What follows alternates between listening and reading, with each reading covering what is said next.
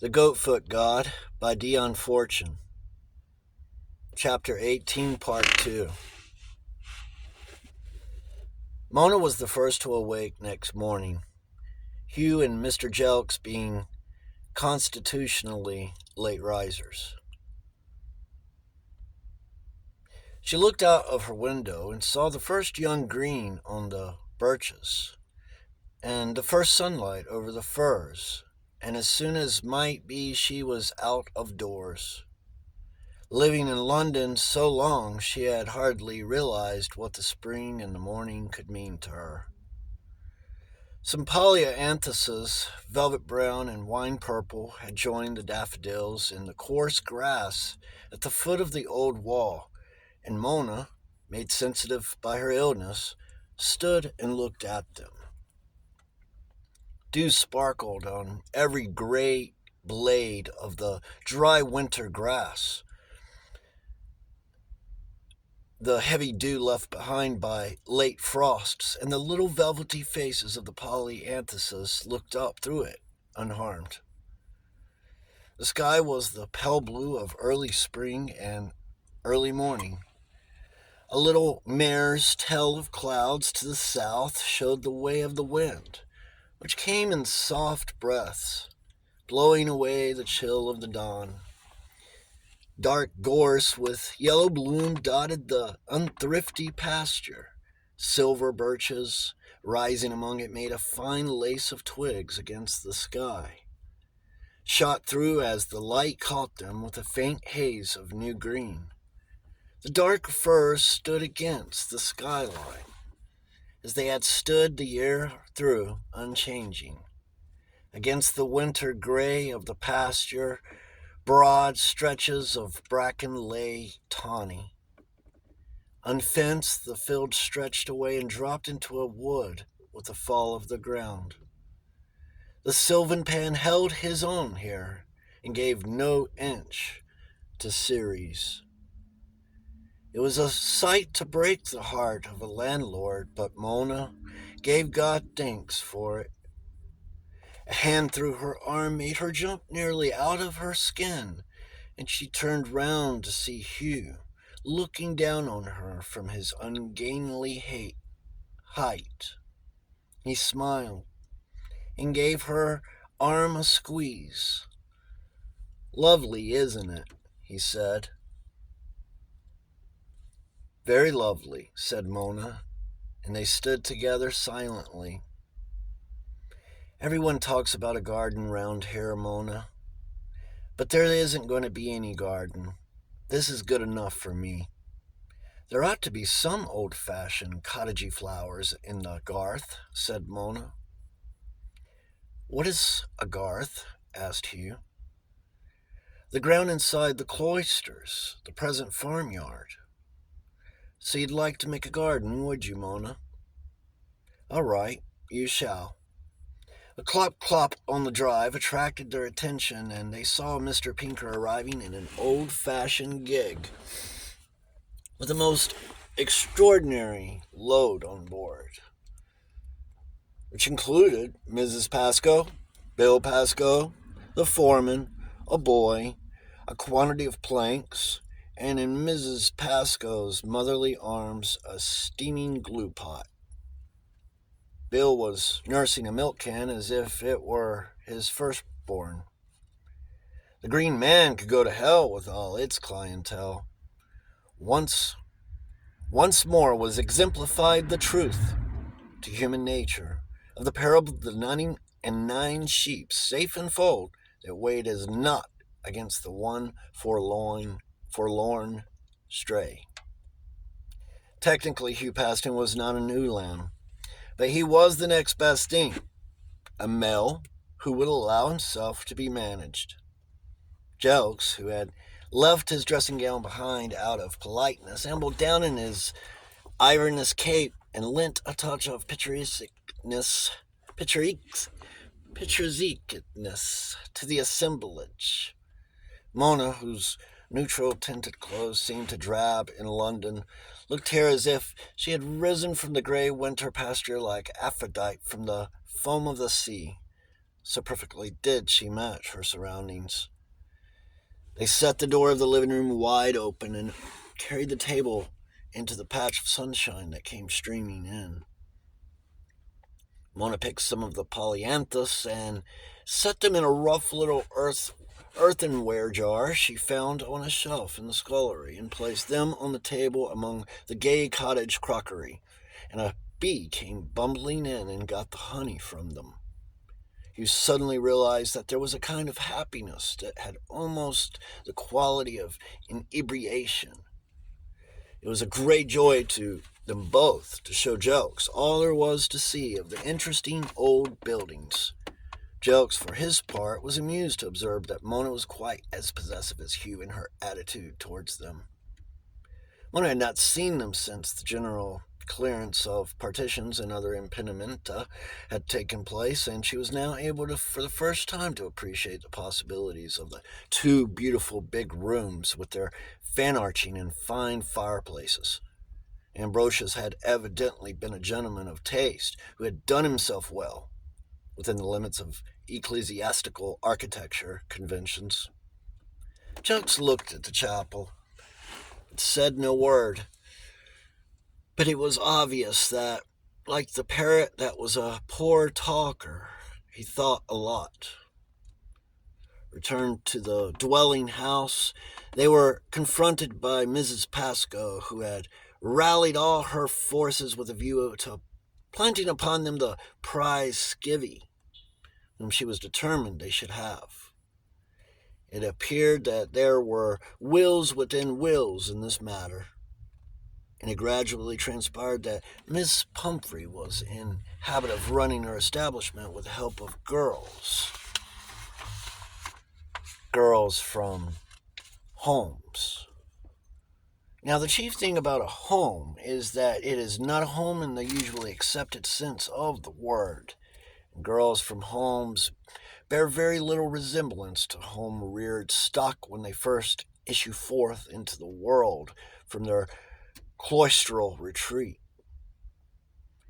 They resemble, in fact, the old-fashioned ideal of what a servant should be, and this was the kind that Miss Pumphrey liked to get hold of.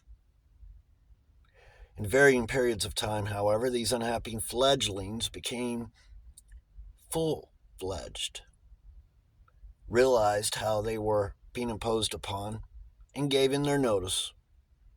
Consequently, they had to be replaced. Miss Pumphrey, therefore, ran her establishment with a steady succession of ignorant orphans, which the village took a malicious delight in educating in the ways of the world, for Miss Pumphrey was not popular. The latest orphan, however, had stuck. She had been with Miss Pumphrey over a year, and in all this time she had never been out alone, but always in the company of either the elderly parlor maid or Miss Pumphrey herself. It then happened, and it is difficult, on the surface, to see the connection between the two matters, that Mrs. Pascoe applied for an extension of hours on the occasion of the Christmas Eve share-out of the Slate Club. The matter had come to Miss Pumphrey's ears. Miss Pumphrey had spoken to one of the magistrates who had been a friend of her father's, and the application was refused. Mrs. Pascoe wanted to get Miss Pumphrey's perfect orphan another job. Of course, Mrs. Pascoe did not put it as bluntly as all that, according to her. The girl was a deserving girl, being imposed upon, who wanted to better herself, but information leaked and percolated in the course of her loquaciousness. After she had withdrawn, the three of them looked at each other. "If you take that girl, you've made an enemy for life of Miss Pumphrey," said Jokes. "Do you know," said Mona, "I don't think I've ever met anyone I've disliked quite as much as Miss Pumphrey. I'd love to snitch her skivvy." "That's all right for you," said Jokes. "But what about Hugh? He's got to live in the village after you've gone." There was a sudden blank silence, as if everybody were taken by completely aback, and Jelk's eyebrows slowly rose higher and higher. Then everybody talked at once. Mona went to tell Mrs. Pascoe they would have the girl. and see what arrangements could be made for her transference, to learn that arrangements had already been made. And the girl was practically sitting on her box waiting to be fetched. Hugh began to sniff a rat, but he was so amused at the spike fight between Mrs. Pascoe and Mrs. Pumphrey that he declined to take sides with Jokes in discouraging the scheme, and backed up Mrs. Pascoe for all he was worth. Finally, it was arranged that he should run Mrs. Pascoe back into the village, drive the rolls into a thick wood by a track used by the village suageer, when he emptied Miss Pumphrey's cesspool and wait there the coming of the fugitive orphan. Huge, enormously amused with the whole affair, readily agreed to the tryst by the midden, and drove off with Mrs. Pascoe and the rolls forthwith. Left alone, Jokes cocked a sandy eyebrow at his ewe lamb and said, "Well, Mona, what are you brewing?" "I had been going to tell you, Uncle, only I haven't had the chance. Mr. Paston was talking to me just before you came down, and he suggested that if I had this girl with me, I could stop on here after you had gone back. It would be far handier like that while I'm getting the place ship shape." Joke sat and thought for a few minutes. "Well, Mona," he said at length, "it's your funeral." "Are you against it, Uncle?" "I don't know what to say. It's a bit of a puzzle. I don't see what other alternative you've got. I suppose, providing you keep your head and a handle on things shrewdly, you'll be all right. But I can't say I'm happy about Ambrosius. You could have the hell of a mix-up with Ambrosius, whether he's Hugh or Spooks or whatever it is, and the girl would be no protection to you. Look here, why don't you work up a job for Bill here? He's been sounding me about it. It seems there's a lot of shipping laid up at the moment."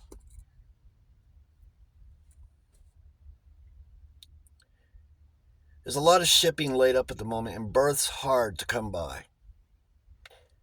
He'd be very useful as handyman, gardener, general roustabout. I'd be happy at least, much happier about you, if you had Bill around. You do amuse me, Uncle. Proposing a regular cutthroat like Bill as protection from Hugh, who's the mildest of souls. Not so damn mild, Mona. Don't you believe it? No man who goes in for the kind of games Hugh has gone in for, mountaineering, motor racing, and risky cabaret, is altogether mild. And anyway, the milder Hugh is, the bigger handful Ambrosius will be. It strikes me that one would obtain an awfully nice result if Hugh and Ambrosius were melted and mixed and divided into two equal halves. That is exactly what wants doing. But how it is to be done is more than I know. We'll just sit tight for a fortnight and see how things pan out. Then you'll stop here for a fortnight, Uncle. How are you going to manage it?" "I'll hop up to the shop twice a week. It's mainly a postal trade. I'll manage all right. It's shoal water we're in, Mona, more than you realize. I don't blame Mrs. McIntosh for leaving. I'd bolt myself if I could." "What are you scared of, Uncle?" "I'm scared of two things, child. Ambrosius is either a previous incarnation of Hugh's or a split personality. For all practical purposes, it doesn't matter which. Everything that's shut down in Hugh is in Ambrosius, unchecked. Hugh is pecking his way out of his shell, and as he comes out, Ambrosius is coming out too, with a rush, if I'm not very much mistaken. And the trouble is going to be while Ambrosius is in a transition state, and it's you who are going to get the brunt of the trouble. If you don't handle Ambrosius just right, there'll be the devil to pay." "If I don't..." "What do you mean, Uncle?" I ceased accounting this transaction some time ago, Mona. I spotted that early on, and that's what's been worrying me. Mrs. McIntosh spotted it too. In fact, it was she who put me wise to it. I thought as much, exclaimed Mona bitterly. I felt certain Mrs. McIntosh had been messing things up. Well, Mona, she knows Hugh pretty thoroughly, and she knows his kind of world pretty thoroughly. I've told you from the beginning that it doesn't do to take Hugh seriously in his present condition. As soon as he steadies, he'll go back to the life he's used to. You can make up your mind to that. As long as you do make up your mind to it, it will be all right. But what I've been afraid of all along was that you'd take Hugh seriously and get hurt. I don't take Hugh seriously, said Mona. He wouldn't amuse me. He's much too neutral. If I were Ambrosius, if it were Ambrosius now, it would be a different matter. Mona, you're absolutely shameless. If I didn't know you were talking nonsense, I would say you were an abandoned hussy. Yes, Hugh and Ambrosius mixed in equal parts would really be rather nice. But I wouldn't take Hugh neat if he were the last man on earth. I know my own nature better than that. I am not surprised his wife played him up. I'm not, really. I'm awfully sorry for Hugh and all that, but, well, being sorry for a man won't hold a woman that's got any guts in her. Well, my dear, maybe you're right, but I lament your language. Hugh, meanwhile, was waiting beside an ominous-looking mound, like a prehistoric pit dwelling out of which stuck a length of stovepipe. Luckily for him, he had not long to wait, for that stovepipe was not a pleasant neighbor. He had just begun to speculate upon its analog at Monk's farm and the amenities of country life in general, including the opportunities for feuds in a circumscribed society. And he heard a crackling in the undergrowth, and there appeared Mrs. Pascoe and a girl, staggering along with a tin trunk between them. He wondered what might be the reason for this secrecy. Surely the girl could walk out at any moment, provided she did not mind abandoning the wages due to her. In fact, he had always understood that the thing to do in such circumstances was to get your wages and then walk out, together with anything you could lay your hands on. At least, that was Frida's idea of the modern domestic. Why, therefore, a secretive getaway. But the moment they came along, he knew. He had only to take one look at the pair of vague brown eyes gazing up from that moonlight face to know the kind of home that Mrs. Pumphrey, in despair, had got her latest servant from. He wondered what were the penalties for kidnapping idiot orphans, and his heart sank into his boots. It was a judgment on them for being so spiteful as to snitch Miss Pumphrey's skivvy. There might be something, after all, in the Christian ethic of returning good for evil. At any rate, it prevented one from saddling oneself with weak-minded servant girls. But it was too late to back out now. Mrs. Pascoe hurled the trunk into the car, hurled the girl in after it, and then scrambled in herself. Hugh sighed and drove back to the farm by a devious route as instructed. Leaving Mrs. Pascoe and her protege to dispose of the tin trunk, he stalked into the living room and announced, Mona, she's loopy. When he leapt to her feet in horror. What, my new skivvy? Serve you jolly well right, the pair of you, said Jelks. And knocking at the door caused Hugh to stand aside and open it, and there was Mrs. Pascoe. Now, it's all right, Mr. Paston, sir. You've nothing to trouble about. I'd see by your face what you felt. I know she comes from the silly home, but you've nothing to worry about. Them sort make the best kind of servants, provided you get 'em with just the right amount of silliness. There isn't a better servant to be had than a silly girl who ain't too silly. They do as they're bid, and none of the others does.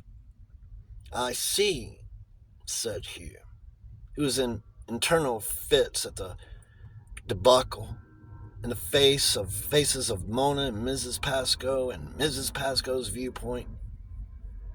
They're like meddlers, are they? Not ripe to the rotten? I couldn't say about that, sir. We don't know meddlers round this way, but she's a real good girl, and that respectable, you wouldn't believe. Well, you'd better settle it between you, said Hugh, and headed for the door, feeling he would disgrace himself if he stopped a moment longer. It was followed equally precipitately by Jelks, who appeared to be in the same predicament. Safely out in the yard, they leant up against the wall and exploded. Bill sauntered up. "Hello?" he said. "Has Ma stuck you with silly Lizzie?" Bill's and joined shamelessly in the guffaws. Presently, Mona joined them. "You're not to laugh," she said. "It's very naughty of you. I've had a word with her, and she's a nice, well-spoken little thing. I think she'll be just what we want." "That's what I says," said Bill. "Only Ma don't think so when I'm about." Jokes went off in fresh fits. Here was an additional complication. Mrs. Pascoe had evidently not contemplated a shore job for her son when she laid her plans. It was a judgment on the lot of them. A special providence evidently watched over Miss Pumphrey.